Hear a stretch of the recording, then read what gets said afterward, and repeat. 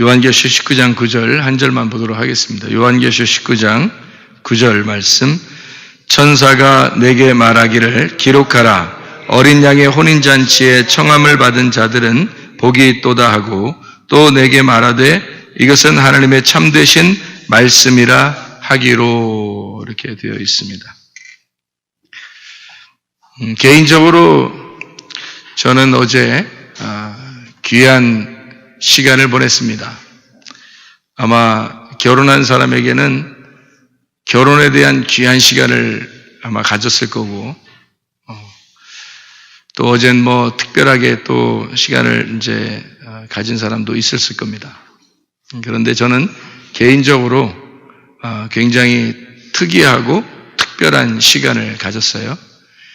그게 뭐냐면, 어제 결혼식이 있었죠.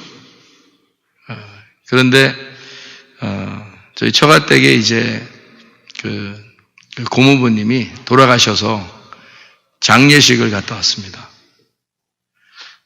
결혼식 끝나고 바로 장례식을 갔다 오고, 그리고 저녁에 와 보니까 생일을 맞은 아이가 있었어요. 핵상이 있었어요. 그러니까 어제 하루에 제가 옷을 3번을 갈아입었습니다. 결혼식 하는 옷, 그리고 장례식 갈 때 옷을 갈아입고 갔다가 또 그 옷 입고 생일 파티 해줄 수는 없잖아요. 그래서 다시 옷을 갈아입고 왔기 때문에 3번의 옷을 갈아입게 되었습니다. 그러니까 개인적으로는 저에게 아주 특별한 날이죠. 참 특이하면서도 특별한 날이다. 무엇을 하나님께서 우리에게 가르쳐 주시려고 우리 교회에 이런 특별한 일을 해주셨을까 하고 생각을 해보게 되었습니다. 그랬더니 결혼식과 장례식이 또 생일이 별반 다른 게 없었더라. 우리의 삶 가운데 희노애락이라는 게 있죠. 생사고락이라는 게 있고, 이게 항상 우리 인생에서 이렇게 돌아가는 거거든요. 사람에게는 누구나 닥치는 그런 일인데, 그런 일들을 한꺼번에 다 이렇게 한번 경험을 해보니까 인생이라는 게 바로 이런 거고, 또 이게 서로 다른 의미가 아니구나. 이게 서로 하나의 같은 의미를 가지고 있는 것인데, 사람들은 기쁘거나 슬픈 것이 어떤 면에서는 좀 다르게 생각할 수도 있다. 그런데 알고 보면 이게 기쁨이 슬픔이 될 수 있는 거고, 슬픔이 기쁨이 될 수 있는 거다. 결혼식이라고 하면 여러분이 잘 아시는 그런 내용들이니까 알겠지만, 장례식을 갔더니 이제 돌아가신 분이 믿음을 가지고 있었던 분이었어요. 그런데 이제 그 아내 되시는 분이 하는 말이 믿음으로 승리하고 돌아가셨어요. 이런 얘기를 해요. 그러니까 마지막 하나님께서 이렇게 승리하게 해주셨다. 그런 이야기를 합니다. 참 많은 것을 깨닫게 되죠. 우리는 결혼식이 끝나고 바로 이어서 장례식을 갔는데 거기서 믿음의 승리를 보게 되었다. 그리고 돌아와서 우리 학생의 그 생일을 이제 파티해주는 그런 우리 이제 청년들 학생들이 다 그런 모습들을 이렇게 볼 수 있었습니다. 제가 생각한 것은 성경에서 부름받은 자와 택함받은 자가 별반 다른가? 그렇지 않다. 결혼식을 할 때 우리는 여러 여자와 또는 여러 남자와 결혼하는 게 아니고 수많은 사람 가운데 한 사람을 선택을 해서 결혼을 합니다. 그렇죠? 선택된 그 사람과 결혼하는 거죠. 그러니까 많은 사람들이 하나님 앞에 부름을 받았어요. 그런데 그 중에 하나님 앞에 이제 신부로서 하늘나라에 올라갈 사람들은 선택이 된다는 겁니다. 그 하나님의 선택받은 자가 된다는 거죠. 그러니까 많은 부름받은 사람 중에 선택받은 자, 그러면 굉장히 특별한 거 아니겠어요? 그러니까 선택받은 사람하고 부름받은 사람은 좀 다르다 이렇게 생각할 수 있겠지만 또 다른 면에서 한번 생각해 보면 부름받은 것이 그 부름받은 것이 없었다면 선택받을 수 있었을까? 그런 얘기입니다. 부름받은 게 없었는데 어떻게 선택을 받았을까? 그런 얘기죠. 그러니까 하나님의 특별히 선택받은 자,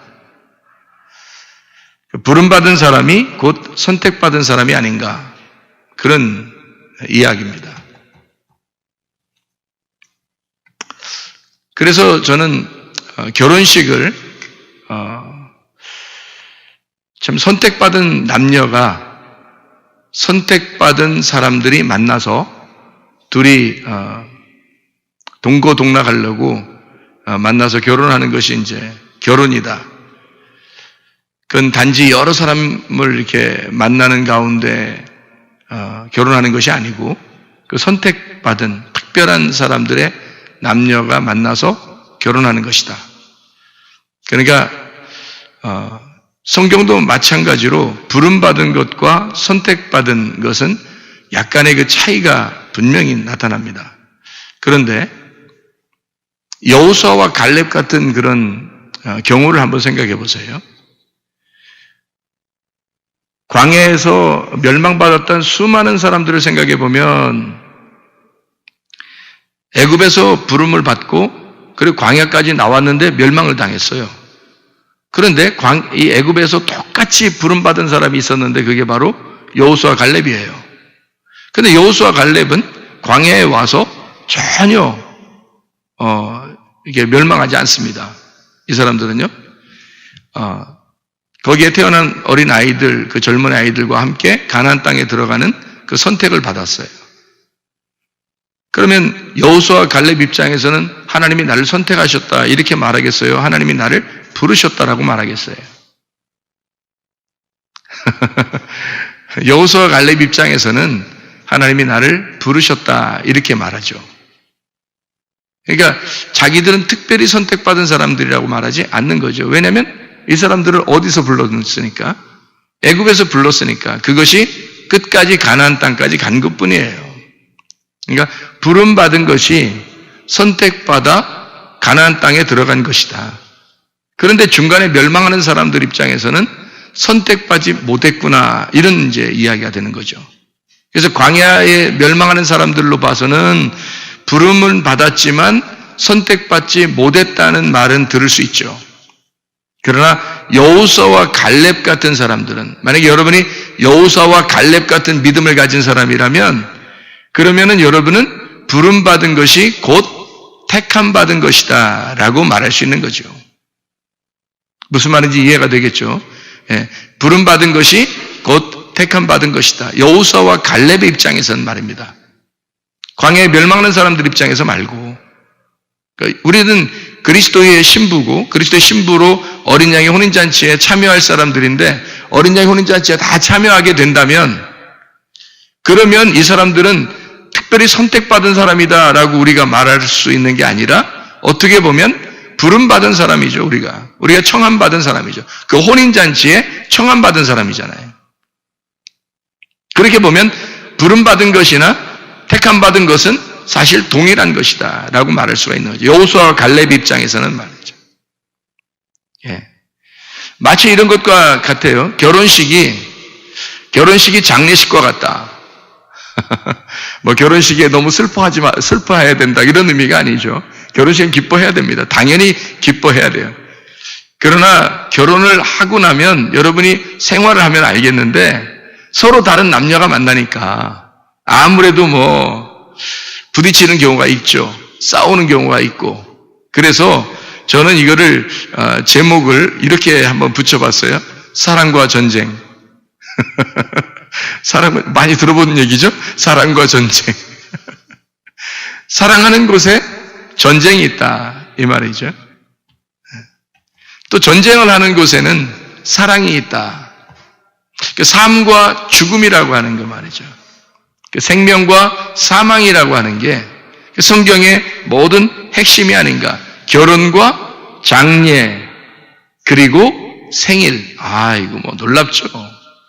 결혼과 장례, 그리고 생일. 모든 인생이 아닙니까, 이게?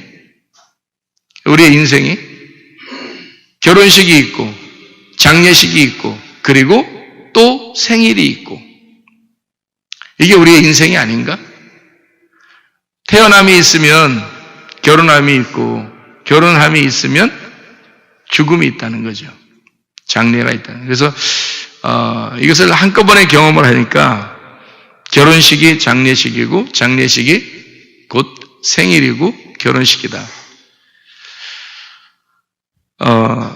여러분 침례라고 하는 걸 알죠? 침례. 침례가 뭐예요?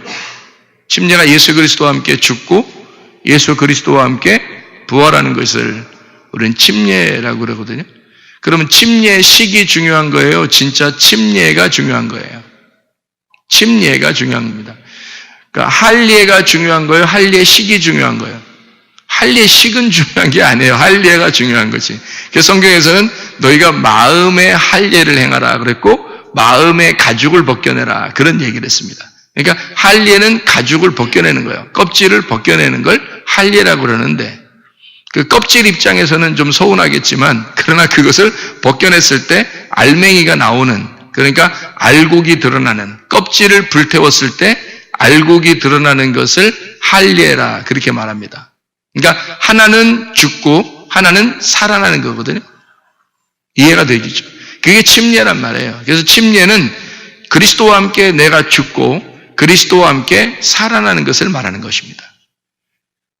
예수 그리스도 십자가 못 박혀 돌아가시면서 어떻게 했겠어요? 그리스도가 죽으시면서 나는 죽으니까 너희들은 살아야 된다. 그래서 죽음이 있는 곳에 부활이 있게 했죠. 부활이 있는 곳에 또 죽음이 있게 한 거고요. 그러니까 무덤은 죽은 사람들이 들어가는 곳이지만 무덤은 곧 죽은 사람들이 부활하는 곳이다. 이런 겁니다. 그래서 무덤 자체가 제가 보는 그 견지는요, 성경을 보는 그 관점은 무덤 자체가 노아방주다. 노아방주에 들어가는 사람이 있고 또 다시 그 사람들이 나오더라 이거죠. 무덤과 같잖아요. 교회도 마찬가지죠. 교회는 여러분이 살려고 오는 것이 아니라 죽으려고 오는 것이 교회입니다. 그랬더니 여기서 부활하여 나가더라 이겁니다. 그러니까 하나님이 살려주시더라.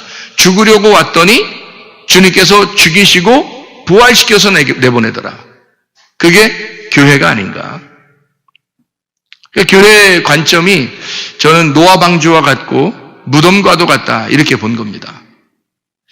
마치 삶과 그 죽음이 하나의 울타리 안에 있는 것처럼 그것을 무덤으로 본 거죠. 무덤이 죽음으로 보지만 또 하나의 천국으로 가는 관문이다 이렇게 본 거죠. 자, 이렇게 보면 성경에 그 침례라고 하는 것이 죽음과 부활을 설명하는 그런 아주 귀한 내용이거든요. 그러니까 침례식이 중요한 게 아니고 할례식이 중요한 게 아니라 결혼식이 중요한 게 아니라 사실 알고 보면 거기에 담겨있는 의미가 더 중요한 거죠. 침례 자체가 중요하고 할례 자체가 중요하고 결혼 자체가 중요한 겁니다. 어떤 의식이 중요한 건 아니죠. 잘 이해가 되겠죠. 그래서 죽음과 부활이 있는 것. 잘 생각해 보세요. 결혼식은 그러면 다 기쁜 날인가요? 다 기쁜 일인가요? 결혼은? 결혼식 날은 기쁜 날일 수도 있습니다. 근데 어떤 사람은 우는 사람도 있더라고요. 결혼식 날 가보면 막 우는 사람도 있어요. 그 왜 우는지 의미는 다 다르겠지만 그런데 우는 사람도 있어요. 왜 울까요? 이제 나는 끝났다. 이제 나는 끝났다. 여기서 무덤까지 가야 되는구나. 뭐 이런 어떤 마음을 갖게 되니까 이제는 자유롭지 못한 겁니다. 결혼식이라는 그 자체가 뭐예요? 그러니까 기쁘기도 하지만 한편으로는 슬픔이기도 합니다. 이제는 자유롭지 못한 거거든요. 결혼이라는 무덤에 갇혀버리는 거거든요. 그렇죠? 그러니까 결혼은 기쁘기도 하지만 사실 슬프기도 한 것이다. 그러니까 우리가 성경을 보는 어떤 관점이죠. 이게 선악과가 생명나무로, 생명나무가 선악과로, 이 두 가지 나무가 사실 한 개의 관점을 가지고 봐야 된다라고 하는, 구약과 신약이 구약을 통해서 신약을 보고 신약을 통해서 구약을 바라보는, 신약과 구약이 합해서 하나의 성경을 이룬다, 그런 말씀입니다. 자, 그런 게 보니까 우리가 혼인잔치라고 하는 것도요, 결혼식이라고 하는 이런 것도 마치 어떻게 보면 장례식과 같다. 그죠? 하나의 그 죽음으로 가는, 무덤으로 가는 하나의 그 장례식과 같지 않은가. 왜냐하면 내가 죽지 않고서는 도저히 결혼 생활을 해낼 수가 없습니다, 여러분. 내가 죽어야지만이 결혼 생활을 유지하는 것, 이게 결혼이에요. 결혼은 내가 살아서는 할 수 없는 것입니다. 그러니까 결혼한다는 건 막 몰라서 결혼하는 것 같은데, 알고는 결혼하는 게 조심스러운 거죠. 알고는 무서운 일이 결혼이니까. 그렇죠? 모르고 그냥 막 철없을 때 결혼하니까 그냥 결혼을 하는 거예요. 그리고 이제 알아가는 것 같아요. 그래서 먼저 이제 다 나이가 드시고 이런 분들이 보니까 결혼은 그런 게 아니구나라고 이제 밑에 사람들에게 가르치고 아마 그러는 것 같습니다. 결혼이라고 하는 게 호락호락하지가 않아요. 이게 알면 이게 결혼하기가 무섭죠. 근데 모르니까, 철없으니까 사람들이 결혼하는 게 아닌가. 사실 결혼식이라고 하는 건 장례식과 같아서 내가 죽지 않고서는 이것을 이겨낼 수가 없는 거, 살아갈 수가 없는 게 결혼이에요. 자기가 살아서 어떻게 결혼합니까? 자기가 어떻게 살아서 결혼 생활을 해요? 있을 수 없는 게, 그러니까 죽겠다고 결심하고 결혼하는 거예요, 여러분. 그죠? 아내는 남편을 위해서 내가 죽겠습니다 하고 결심하고, 내가 그날 결심하는 날, 내가 죽는 날입니다, 오늘부터. 이렇게 결심하는 날이거든요. 그날 장례식이거든요. 나의 장례를 치르는 날입니다 하고 막 선포하는 거거든요. 뭐 끝까지 사랑하겠습니까? 네! 막 대답도 막 엄청 크게 뭐 사랑합니까? 사랑합니다! 막 그러고 막 이러던데. 보니까, 예. 그렇게 소리질러 사랑하는 모습을 보니까 여러분, 자기가 어떻게 하겠다는 얘기예요? 내가 죽겠습니다. 이 말 아닙니까? 모든 사람 앞에서, 모든 증인 앞에서 내가 죽겠습니다. 오늘 내가 죽는 날이에요. 근데도 막 웃어, 얼굴은 좋아가지고. 결혼식 날은 아무래도 행복한 게 많아요. 그죠? 내가 오늘 남편을 위해서 죽겠습니다. 내가 오늘 아내를 위해서 죽겠습니다. 이제 결심하는 날, 시작하는 날이거든요. 살아봐라, 살아봐. 그거를 모르고 막 소리 지르는 거죠. 근데 아름다워 보여요. 너무 아름다워 보여요.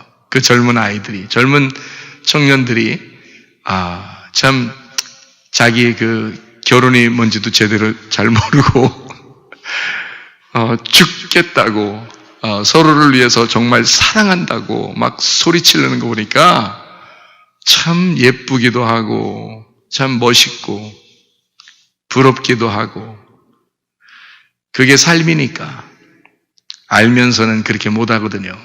쉽게 되는 게 아니거든요. 자기 뜻대로 되지 않는 게 그게 결혼인데, 장례인데 그게 어디 자기 뜻대로 되겠습니까? 철없으니까 그냥 소리 지르는 거죠. 그런데 그게 너무 예쁘더란 말이에요. 너무 아름답더란 말이에요, 여러분. 네. 제가 참 깊은 것을 깨닫습니다. 침례, 결혼과 같은 사람들에게 보여주는 거죠. 내가 그리스도와 하나가 됐습니다 라고 사람들에게 보여주는 게 침례식이거든요. 침례식, 세례식을 한 사람들은 예수 그리스도와 결혼한 사람들입니다. 철없이 그게 뭔지도 모르고 그냥 예수님과 결혼하겠다고 막 들이댄 거거든요. 주님 사랑합니다. 내가 주님 뜻대로 살겠습니다. 그렇게 침례식을 하고 세례식을 한 사람들이 사는 거 보면 어때요? 정말 그리스도를 위해서 살아요?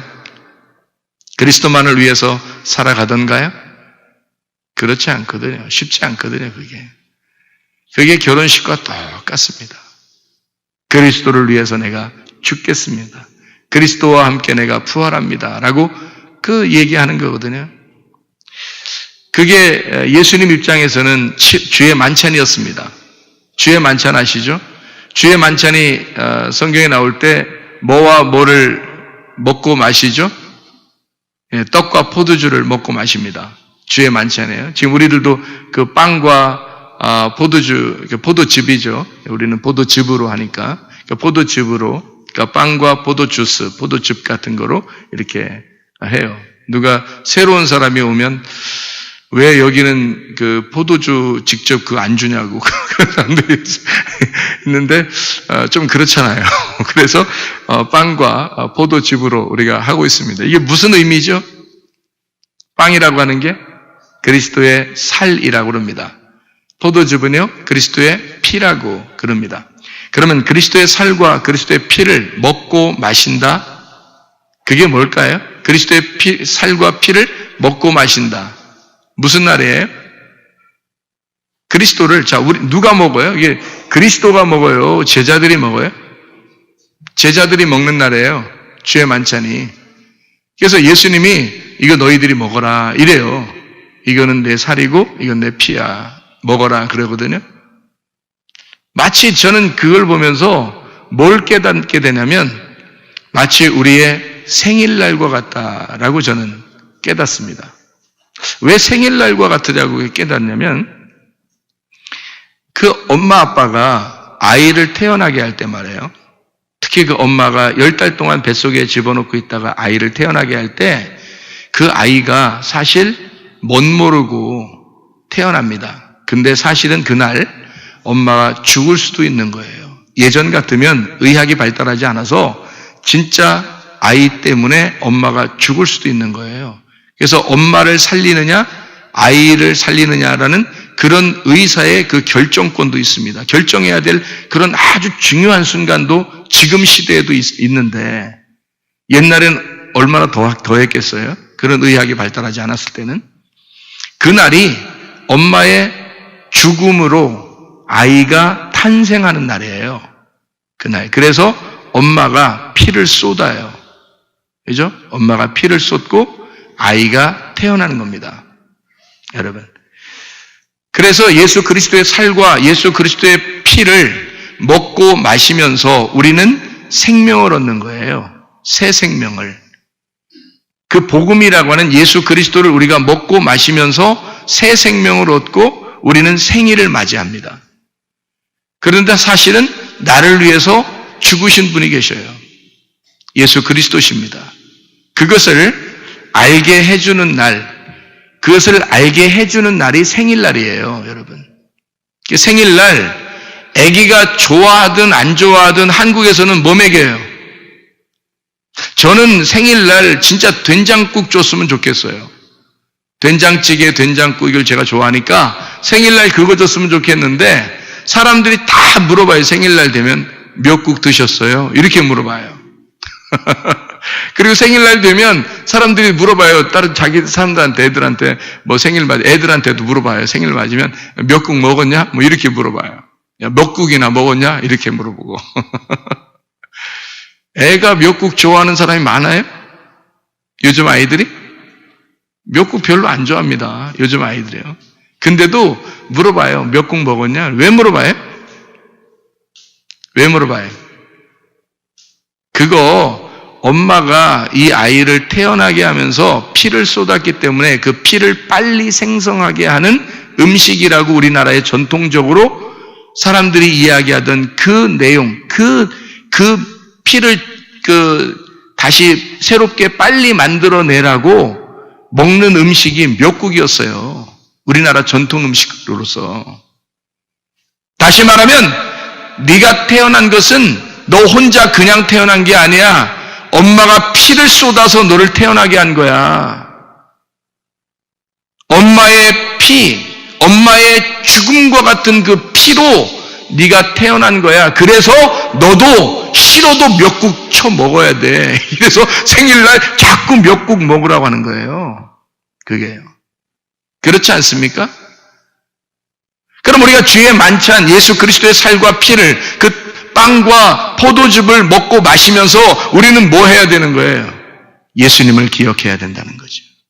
그러니까 생일날 사실 무슨 날이라고요? 자기가 태어난 걸 뭐 생일 파티 안 해준다고 뭐 선물 안 사준다고 막 앙탈 부리고 이런 아이 철없는 아이들이 많아요. 그런데 사실은 그날 철들으면 자기가 결혼해서 애를 낳고 철이 들어서 자기의 생일이 오면 말이에요. 누가 생각나겠어요? 엄마 아빠가 생각나는 거예요.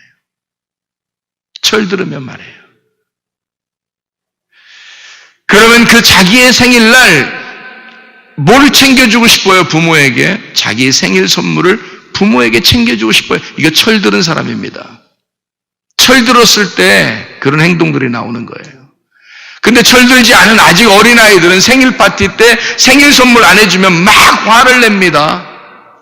아직 철이 없죠. 그때 부모가 야 이거사 너 철이 있냐 없냐 너 지금 내가 너를 위해서 내가 피 쏟아서 너 생일 만들어 줬더니 뭐 생일 선물 안 줬다고 나한테 이렇게 화를 내 하는 부모가 하나도 없어요. 제가 알기로는 말입니다. 그 부모들이 생일 선물을 잘 못 해줬을 때 또는 작은 걸 해줬을 때 그 부모 마음이 굉장히 미안해하고 어떡하지? 우리 딸 아이 생일을 챙겨줘야 하는데 우리 아들 생일을 챙겨줘야 하는데 막 이럽니다. 부모들이. 그게 부모님의 마음이에요. 누구한테 배웠을까요? 예수 그리스도십니다. 사실 너희들이 나를 기억해야 하는 그날이야. 내가 너를 태어나게 할 때 내 살과 내 피를 쏟았어. 근데 나는 너희의 생일날, 네가 태어난 날이 너무 좋아서 네가 생일 때마다 네가 태어난 것이 이 땅에 네가 살아가고 있는 것이 너무 행복해. 그냥 너를 볼 때마다 행복해. 내가 널 못 해줘서 안달이야. 내가 미안해 죽겠어. 내가 이렇게도 해주고 저렇게도 해주고 싶은데 라고 엄마 아빠가 괜히 미안해하는 것처럼 우리 하나님도 우리에게 막 계속 안달하면서 따라다니신단 말이에요. 근데 아이가 철이 들면 엄마 아빠를 생각하게 돼요. 주의 만찬은 바로 그런 것입니다. 주님의 살과 주님의 피를 먹고 마심으로써 주님을 기억하는 날이에요. 자기의 생일을 기억하는 날입니다. 내가 어떻게 거듭났는가? 내가 어떻게 하나님 나라에 갈 수 있는 사람이 되었는가라고 생각하는 날, 기억하는 날, 그리고 겸허해지는 날, 그게 주의 만찬이에요. 실제로 우리의 생일날 철이 들면 부모님을 생각하는 날로 바뀌듯이 말입니다. 자, 그래서 성경은 온통 주의 만찬이 곧 침례식이고 침례식이 곧 혼인잔치더라. 그래서 혼인잔치와 침례식과 주의 만찬은 하나입니다. 제가 성경에서 발견해내기는요. 결혼식은 침례식과 같고 침례식은 주의 만찬과 같더라. 마치 우리들의 말로 바꾸면 결혼식은 장례식과 같고 장례식은 침례식과 같고 침례식은 주의 만찬과 같고 주의 만찬은 생일날과 같더라. 결혼과 장례, 그것은 하나입니다. 죽기 위해서 결혼하는 거죠. 상대방을 위해서 죽는 날, 그날이 결혼식 날, 사랑한다고 선포하는 날입니다. 참 놀랍죠? 침례와 주의 만찬은 하나입니다. 바로 무엇을 위해서냐? 나의 생일을 위해서예요. 내가 이 땅에 태어나게 하기 위해서, 그리고 하늘나라의 사람으로 태어나게 하기 위해서 침례식과 주의 만찬이 있는 겁니다. 다시 말하면 결혼식과 장례식은 바로 나의 생일을 위하여 준비된 것이더라. 그게 하나님의 말씀.